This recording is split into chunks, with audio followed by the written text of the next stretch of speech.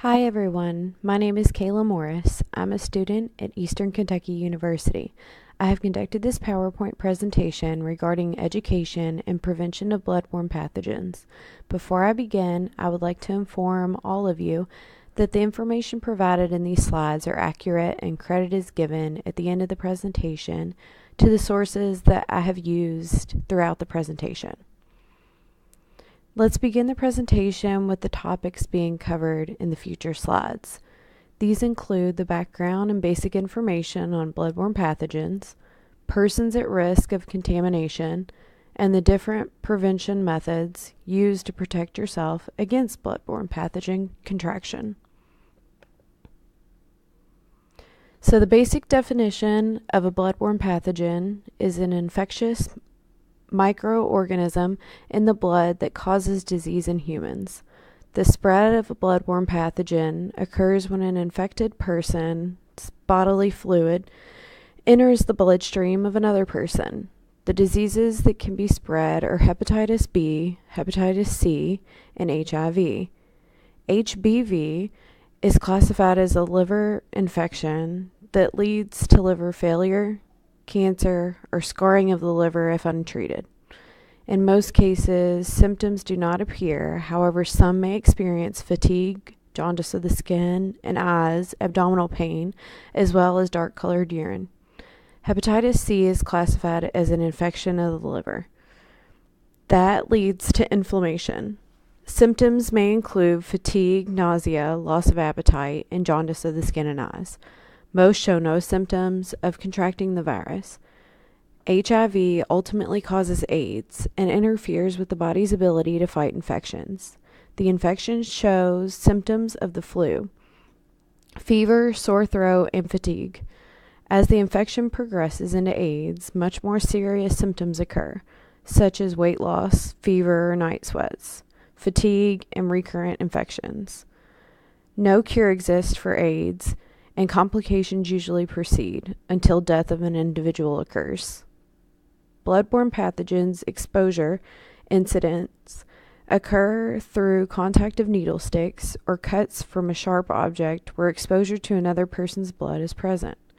Contact with human blood in the eyes, nose, and mouth can also contribute to contamination of these infections. Pathogens, much like any other disease, does not discriminate. They affect a variety of different people exposed.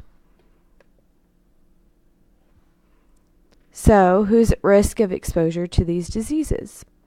The more obvious career fields include nurses, doctors, and medical personnel. However, industrial workers, manufacturing plants, assembly lines, etc., service industry representatives like hotel personnel, restaurant personnel, etc., and environmental service workers such as sanitation departments. All encounter needles as well. Industrial workers are exposed to several objects that have the potential for an injury to occur. An example would be if an assembly line worker operating a machine that cuts glass accidentally cuts his finger while working. Another worker comes to his aid by holding pressure on the wound. Without thinking about the potential of exposure, the person is not gowning the proper PPE and has now become infected. Service industry representatives are also at risk of contracting bloodborne pathogens. Workers for hotels come in contact during changing of the sheets and collecting trash in receptacles. For example, if a member of the hotel staff goes to clean the room of a patron, this patron in particular suffers from both hepatitis C and diabetes. The patron injects himself with his normal dose of insulin and then disposes of his sharp in the nearest trash bin. The hotel staff member then comes in to clean the room and dispose of the trash in the bin. Without having knowledge of a sharp, the member is stuck with the sharp during the process.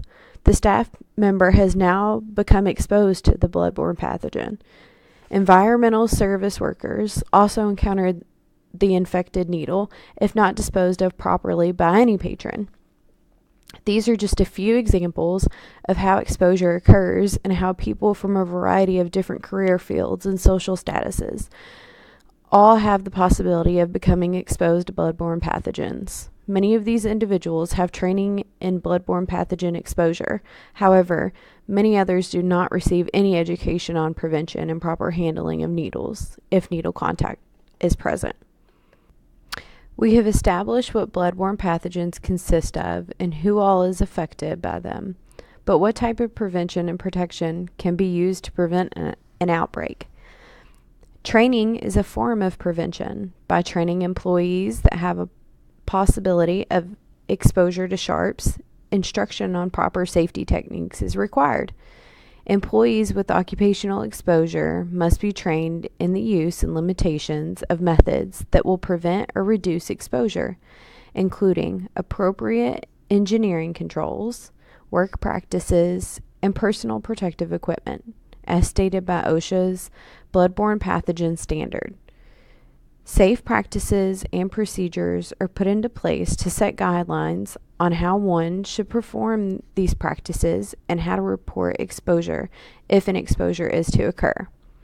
However, for an individual who may encounter a needle exposure, the most important safety procedures to follow include proper protective equipment usage, gloves, masks, gowns, eye protection when handling the needle.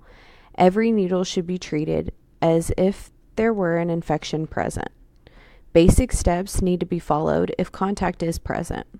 Proceed to properly wash your hands with soap and warm water after handling any bodily fluid.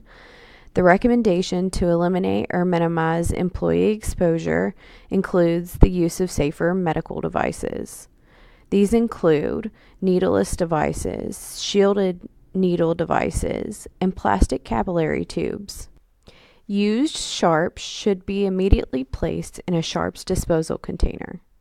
FDA cleared sharps containers are generally available through pharmacies, medical supply companies, healthcare providers, and online. These containers are made of puncture-resistant plastic with leak-resistant sides and bottom. They also have a tight-fitting puncture-resistant lid. If an FDA-cleared container is not available, a heavy-duty plastic household container, such as a laundry detergent container, can be used as an alternative. By following safe practices and procedures, we can eliminate the potential of exposure. OSHA Bloodborne Pathogen Standard can be used as a reference guide. However, ultimately, safe work practices start with you. By following proper guidelines and procedures, you protect not only yourself, but everyone involved. Feel free to ask any questions if need be. Thank you for your time and participation, and I hope you found this presentation to be informational.